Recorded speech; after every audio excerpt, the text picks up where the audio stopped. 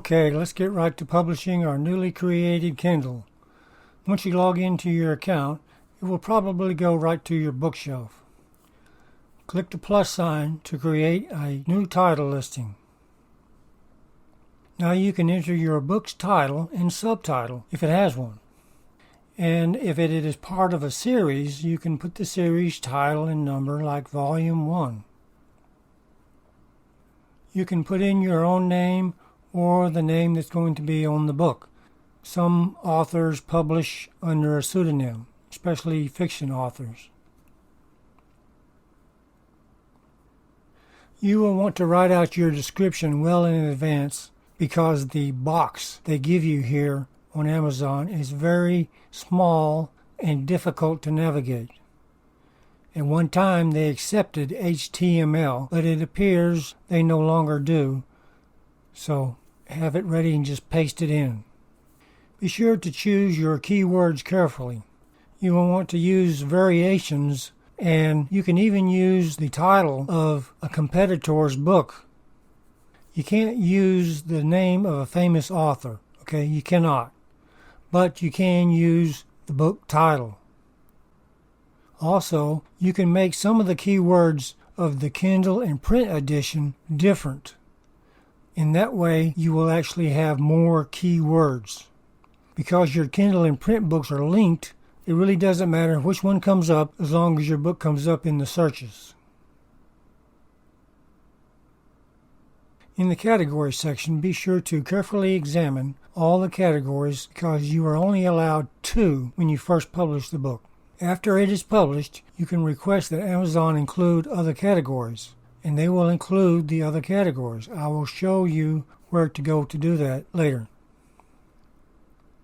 If you want, you can choose different categories for your Kindle and print book, thus giving you more.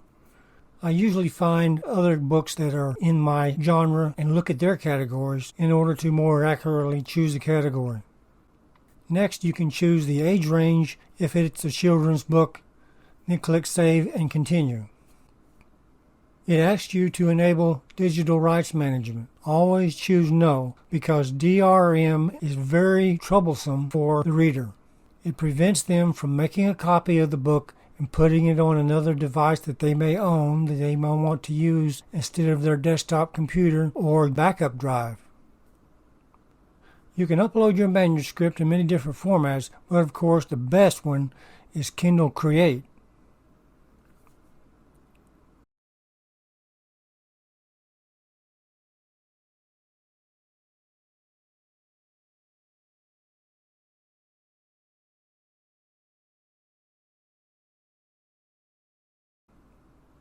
You can try using the Kindle book cover creator, but it does not work very well and it's troublesome, so it's best just to create your own cover.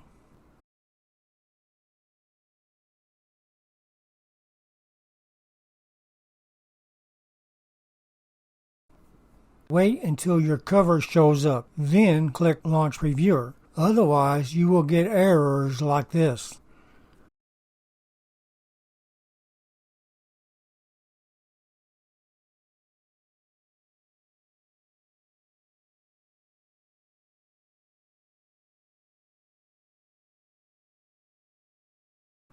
To get back to the publishing page, you will need to click the link at the top left-hand corner.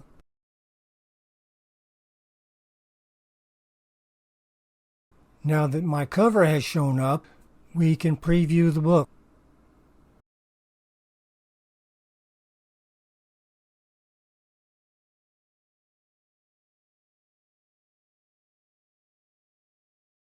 You can include your own ISBN if you want to, but it's 100% waste of money with a Kindle.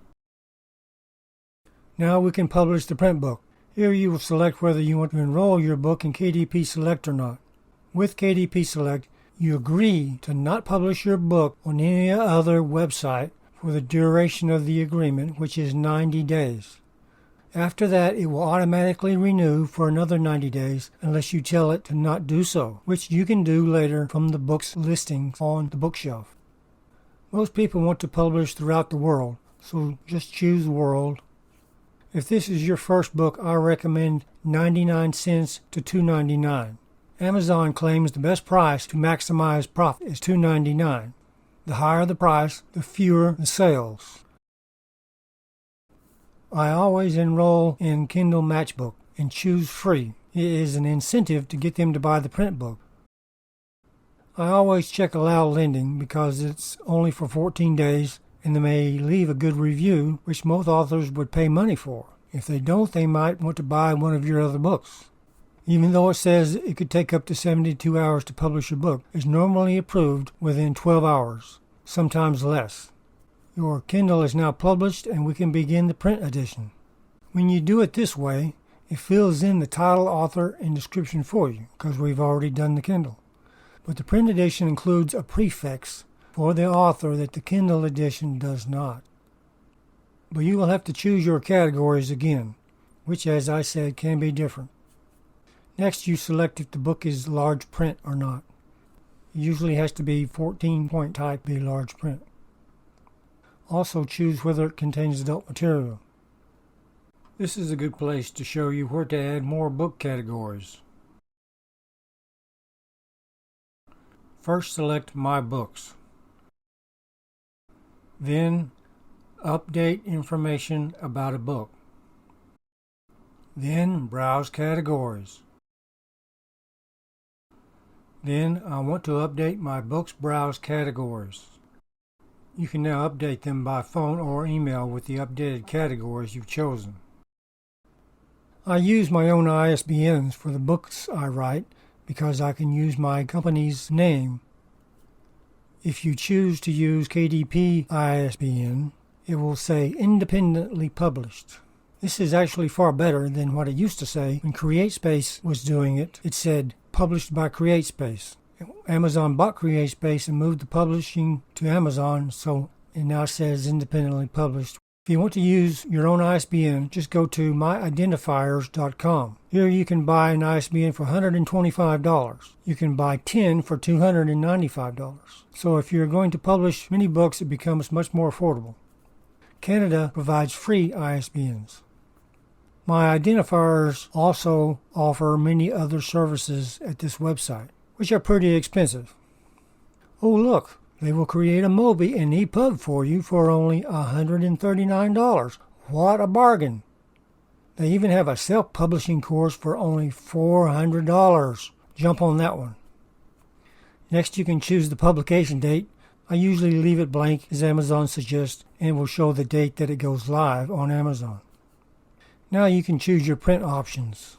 The cream paper is selected by default, but most books have white paper, so be sure to select white if that's what you want.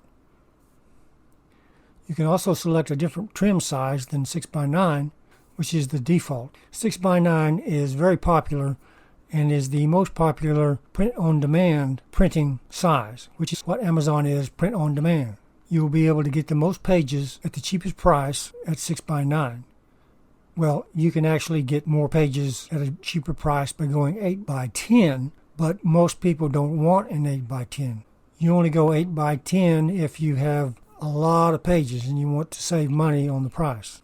You can go smaller than 6x9, but more pages, higher price. Here you can also choose the book cover's finish. Matte is selected by default, but most books are glossy. I have one book that has a matte finish. Now we can upload the text for our print book. Notice that Launch Cover Creator is selected by default again. Hopefully you have your own book cover.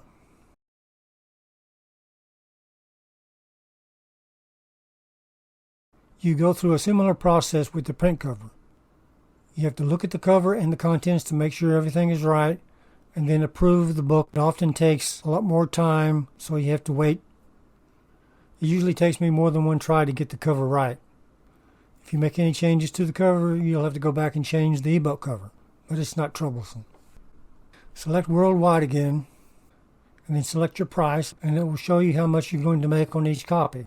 Unless you are a big-name author, it should be as low as possible and still be able to make $2 to $3 per copy. You can check expanded distribution, which will allow the book to be purchased by bookstores. Notice that the amount you get is greatly reduced because the book is being sold wholesale. Again, it says it can take up to 72 hours. but in the case of print books, it usually takes about 24 hours.